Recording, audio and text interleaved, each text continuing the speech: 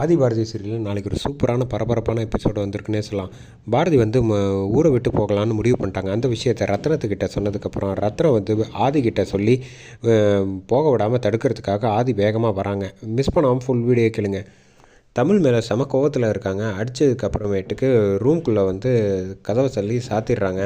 தயவு செஞ்சு கதவை தரமா, ஏமா இப்படி பண்ணிக்கிட்டு இருக்க அப்படின்னா, அவள் என்ன சொன்னாலும் திறக்காத, நீ வந்து நான் வெளில போயிட்டு வரேன், அது வரைக்கும் நீ கொஞ்சம் பொறுமையாக இரு அப்படின்னோன்னா, பாரதி நீ கொஞ்சம் நேரம் நான் சொல்கிறேன்னு தப்பாக நினச்சிக்காத, தமிழ் வந்து ரொம்ப சின்ன பொண்ணு, அதை முதல்ல புரிஞ்சுக்க. அவளுக்கு வந்து அப்பா வந்து ஆதியை வந்து முழுசாக நம்பிட்டா. அவளுக்கு வந்து இந்த துரோகம் இதெல்லாம் எதுவுமே தெரியாது. அவளுக்கு பொறுத்தளவு ஆதி தான் இப்போ அவளோட அப்பா.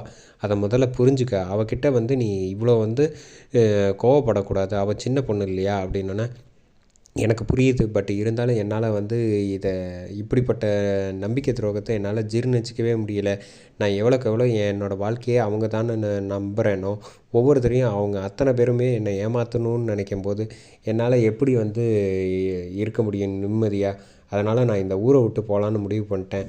நீயும் தமிழும் ஊரை விட்டு போயிட்டு என்ன பண்ண போகிற அப்படின்றப்ப, பிறக்கும்போது என்ன ஆதி கூடவா இருந்தாப்புல, ஆதி இல்லாமையே என்னால் வாழ முடியும், அதை நான் பார்த்துக்கிறேன். நீ இப்போதைக்கு வந்து நீ கதவை திறக்காத, அவள் ஏதாவது பசிக்குதுன்னு கேட்டால் மட்டும் கொடு, நான் போய் வந்து வெளில போயிட்டு வந்துடுறேன் அப்படின்னு சொல்லிட்டு அங்கேருந்து கிளம்புறாங்க.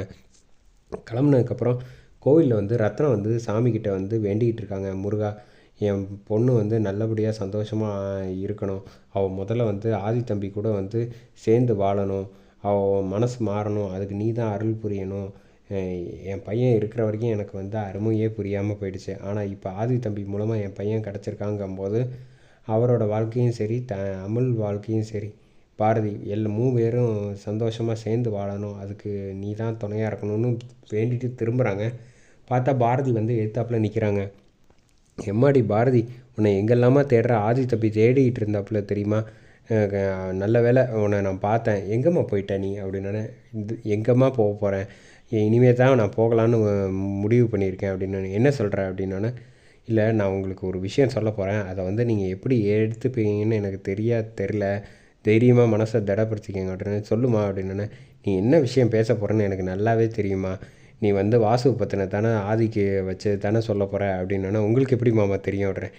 எனக்கு எப்போயோ ஆதி தம்பி சொல்லிட்டாப்புலம்மா அப்படின்னோடனே, இது எல்லா விஷயங்களும் தெரிஞ்சிருந்து எப்படி உங்களால் வந்து இவ்வளோ அமைதியாக இருக்க முடியுது, உங்களுக்கு கோவமே வரலையா அப்படின்னு கேட்குறப்ப, மாடி ஒரு நிமிஷம் உட்காரு, இதில் வந்து எந்த தப்பும் கிடையாது ஆதி மேலே, அவரே வந்து உடம்பு சரியில்லாமல் இருந்தாப்புல, அந்த விஷயம் வந்து சமீபத்தில் தான் தெரிஞ்சிருக்கு, அவர் தெரிஞ்சவொன்னே உங்ககிட்ட பல ட்ரிப்பு வந்து சொல்லணும்னு நினச்சி ஒவ்வொரு ட்ரிப்பும் முயற்சி பண்ணார். ஆனால் அவரால் வந்து சொல்ல முடியாத, எங்கே நீ விட்டு பிரிஞ்சு போயிடுவியோங்கிறதுக்காக அவர் வந்து சொல்லாமல் அமைதியாக இருந்துட்டார். மற்றபடி வேறு ஒன்றும் கிடையாது. நீ அவர் மேலே உங்களுக்கு கோபம் தாபம் இருந்தாலும் வந்து நீ கொஞ்சம் அவ கூட வந்து சேர்ந்து வாழணும், ஆதி தம்பி உனக்கு கிடச்சது வந்து ஒரு மிகப்பெரிய வரமா, நீ வந்து அவரை வந்து எப்போதும் வந்து விட்டுறாத, கைவிட்டுறாத அப்படின்னு சொன்னோன்னே, மாமா உங்களால் எப்படி மாமா இந்த மாதிரி என்கிட்ட வந்து பேசலான்னு நினைக்க முடியுது, என்னால் வந்து இனிமேல் வந்து ஆதியை நினச்சி கூட பார்க்க முடியாது, நான் வந்து தனியாக ஊரை விட்டு போகலான்னு முடிவு பண்ணிட்டேன் அப்படின்னோடனே, இது உன்னோட வாழ்க்கை மட்டும் கிடையாது, தமிழுக்கும்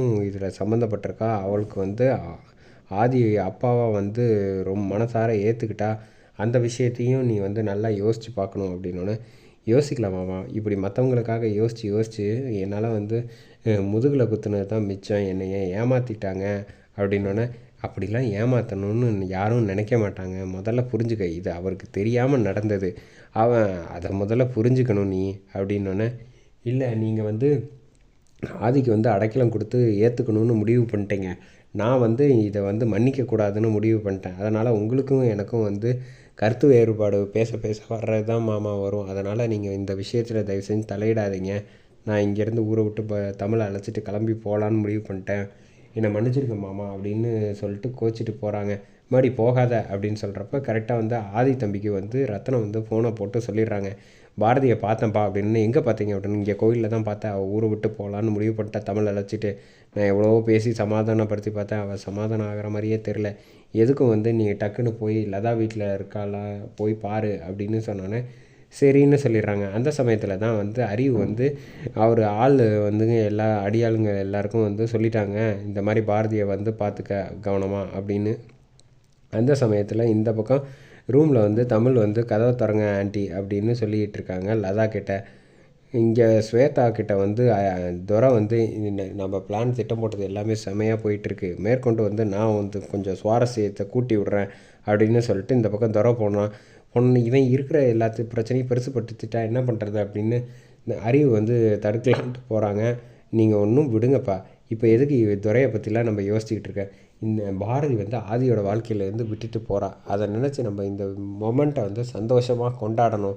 இனிமேல் வந்து நமக்கு யாரோட தொந்தரவும் கிடையாது, இனிமேல் நமக்கு எல்லாமே வெற்றி தாங்கிறாங்க.